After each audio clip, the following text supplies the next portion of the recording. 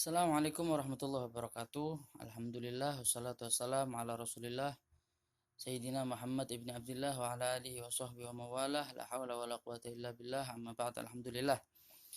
Yang saya hormati Bapak dosen pengampu mata kuliah Teknologi Pendidikan, Bapak Rizky Abdillah, juga rekan-rekanku semuanya yang sedang berada dimanapun dengan kegiatan apapun saat ini, yang insya Allah semoga Allah selalu menaungi kita dengan naungan rahmatnya. Amin amin ya rabbal alamin. Alhamdulillah kita masih diberi kesempatan oleh Allah dalam pagi hari ini untuk mengikuti kelas online mata kuliah Teknologi Pendidikan, yang dalam kesempatan kali ini kami dari kelompok 6 akan membahas kawasan pemanfaatan bagian implementasi dan institusionalisasi serta regulasi dan kebijakan.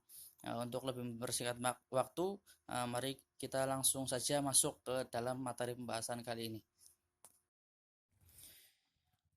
Ya, pengertian kawasan pemanfaatan. Domain ketiga dalam teknologi pembelajaran ialah kawasan pemanfaatan. Pemanfaatan adalah tindakan menggunakan metode dan model instruksional, bahan dan peralatan media untuk meningkatkan suasana pembelajaran. Adapun Sills dan Ricci juga memberikan pengertian dari pemanfaatan adalah aktivitas menggunakan proses dan sumber untuk belajar. Jadi bisa kita simpulkan bahwa pemanfaatan ialah proses menggunakan sesuatu atau memanfaatkan sesuatu yang dapat menopang pembelajaran menjadi lebih baik lagi. Fungsi pemanfaatan sangat penting karena membicarakan kaitan antara peserta didik dengan bahan belajar atau sistem pembelajaran. Mereka yang terlibat dalam pemanfaatan mempunyai tanggung jawab untuk mencocokkan peserta didik dengan bahan belajar dan aktivitas yang spesifik, menyiapkan peserta didik agar dapat berinteraksi dengan bahan belajar dan aktivitas yang dipilih, memberikan bimbingan selama kegiatan, memberikan penilaian atas hasil yang dicapai peserta didik, serta memasukkannya ke dalam prosedur organisasi yang berkelanjutan. Jadi fungsi pemanfaatan sendiri dinilai sangat penting oleh para ahli, dikarenakan apa? Dikarenakan pemanfaatan itu adalah sesuatu yang menghubungkan antara peserta didik dengan bahan belajar atau pesan yang akan disampaikan kepada peserta didik, dan kedua hal tersebut. Adapun kawasan pemanfaatan mungkin merupakan kawasan teknologi pembelajaran yang tertua, mendahului kawasan desain dan produksi media pembelajaran yang sistematis. Kawasan ini berasal dari gerakan pendidikan visual pada dekade pertama abad ke-20 dengan didirikannya museum-museum. Pada tahun-tahun awal abad ke-20, guru mulai berupaya untuk menggunakan film-film teatrikal dan film singkat mengenai pokok-pokok pembelajaran di kelas. Jadi kawasan pemanfaatan ini adalah kawasan yang lebih dahulu ada sebelum kawasan desain dan produksi media pembelajaran secara sistematis. B. Bagian-bagian kawasan pemanfaatan. 1. Implementasi dan institusionalisasi.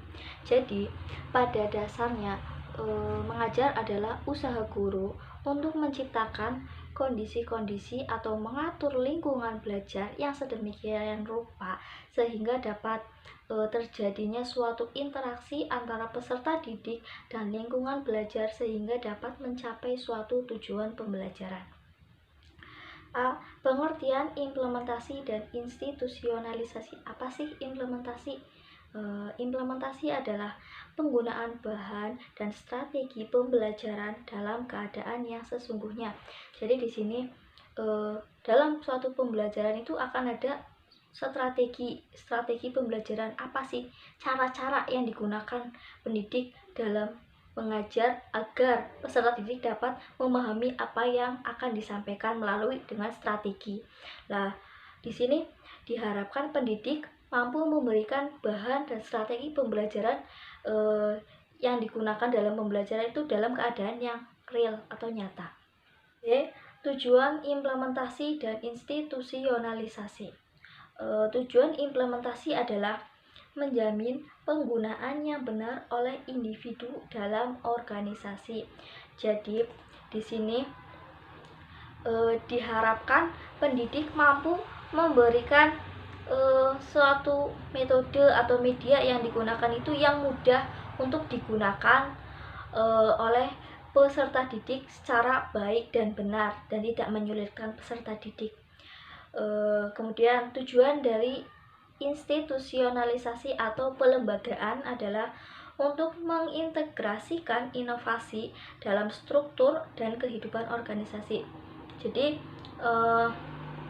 di sini diharapkan pendidik mampu menggabungkan inovasi-inovasi yang ada ke dalam pembelajaran dengan struktur dan kehidupan organisasi yang telah dimaksud.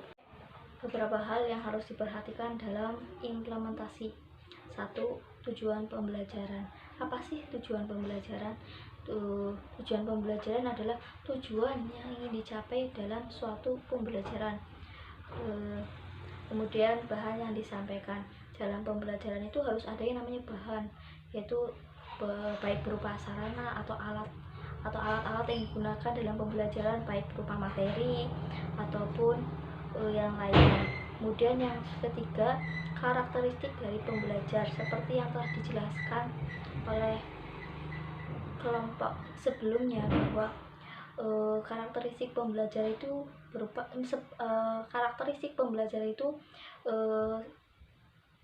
mencakup sosio, psikofisik, dan di sini yang perlu diperhatikan adalah psikologi yang berupa kemampuan atau ability.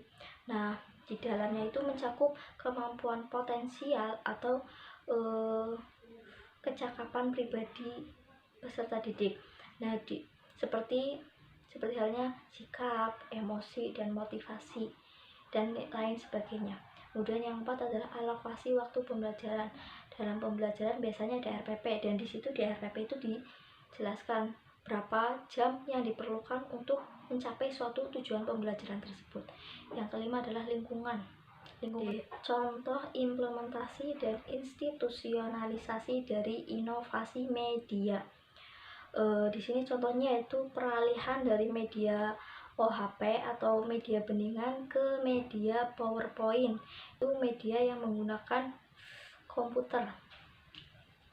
Nah, cara mengimplementasikan media PowerPoint yaitu dengan memperkenalkan terlebih dahulu yang dinamakan dengan komputer. Jadi perlu mengoperasikan komputer terlebih dahulu. Setelah mampu mengoperasikan komputer, baru mengoperasikan PowerPoint. Setelah PowerPoint mampu dioperasikan, guru akan mengevaluasi beberapa manfaat dari media PowerPoint tersebut. Dan setelah dievaluasi, ternyata media PowerPoint dirasa lebih efektif, mudah, dan lebih canggih dari media OHP. Regulasi. Kebijakan menurut Hugh Heglo mengartikan kebijakan sebagai suatu tindakan yang bermaksud untuk mencapai tujuan tertentu. Menurut Hugh Heglo, tahapan-tahapan kebijakan sebagai berikut. 1.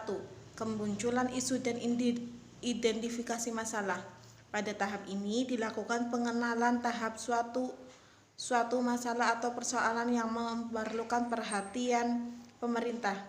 Masalah-masalah yang mendapat tempat dalam agenda publik serta agenda resmi, serta mobilisasi dan dukungan awal bagi strategi tertentu. 2. Perumusan dan otoritas kebijakan. Pada tahap ini dilakukan eksplorasi sebagai alternatif perumusan seperangkat tindakan yang lebih dipilih, usaha-usaha untuk mencapai konsensus atau kompromi, otoritas formal strategi tertentu seperti melalui proses legislasi, isu pengaturan atau penerbitan arahan-arahan. 3. Implementasi kebijakan. Pada tahap ini dilakukan interpretasi terhadap kebijakan dan aplikasinya terhadap kasus tertentu, serta pengembangan suatu atau lebih program sebagai alternatif yang dipilih untuk memecahkan masalah yang dihadapi. 4. Perubahan atau pemberhentian kebijakan. Pada tahap ini dilakukan penghentian karena masalah telah dipecahkan. Kebijakan ini berhasil atau hasilnya dinilai tidak diinginkan. Melakukan perubahan mendasar berdasarkan umpan balik atau mengganti kebijakan tertentu dengan kebijakan baru. B. Pengertian regulasi. Regulasi adalah mengendalikan perilaku manusia atau masyarakat dengan aturan atau pembatasan. Regulasi dapat diukur dengan berbagai bentuk. Misalnya, perbatasan hukum diumumkan oleh otoritas pemerintah. Pengertian kebijakan dan regulasi. Kebijakan dan regulasi adalah aturan dan tindakan masyarakat yang mempengaruhi penyebaran atau difusi dan pemanfaatan teknologi pembelajaran, sales dan richer.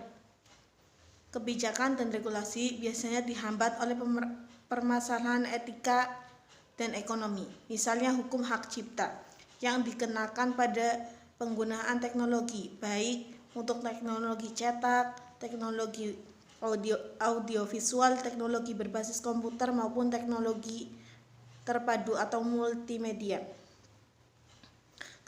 Kecenderungan masalah dalam kawasan pemanfaatan umumnya berkisar pada kebijakan dan peraturan yang mempengaruhi penggunaan, difusi, implementasi, dan pelembagaan. Jadi semua yang terlibat dalam kawasan pemanfaatan mempunyai tanggung jawab untuk mencocokkan pembelajaran dan bahan dan aktivitas yang spesifik. Menyiapkan pembelajaran agar dapat berinteraksi dengan bahan dan aktivitas yang dipilih, memberikan bimbingan selama kegiatan, memberikan penilaian atas hasil yang dicapai pembelajaran, serta memasukkannya ke dalam prosedur organisasi yang berkelanjutan.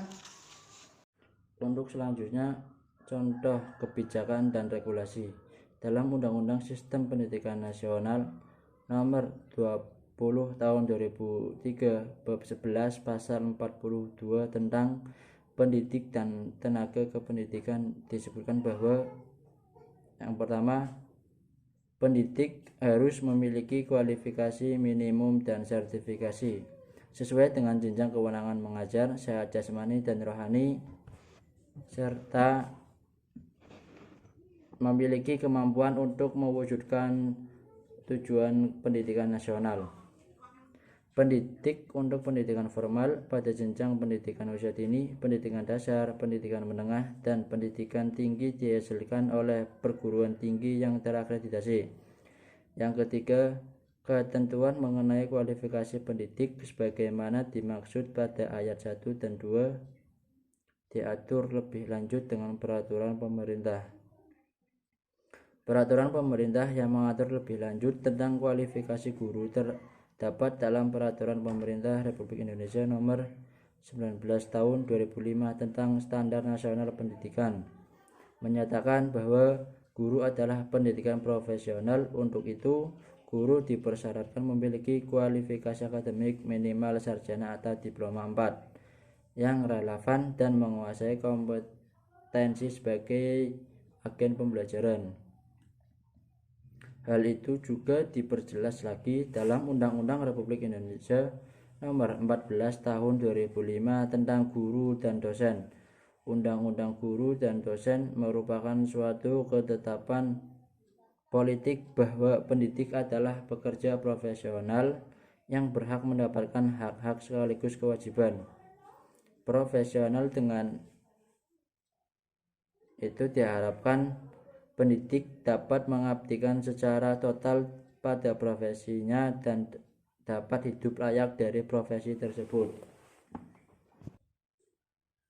Dalam Undang-Undang Guru dan Dosen ditentukan bahwa seorang guru dan dosen harus 1.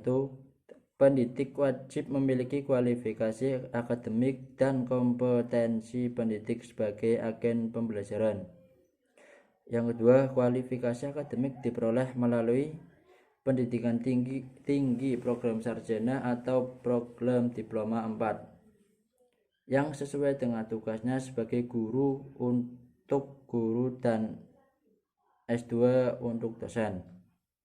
Yang ketiga, kompetensi profesi pendidik meliputi kompetensi pedagogik, kompetensi kepribadian, dan kompetensi profesional, dan yang terakhir kompetensi sosial.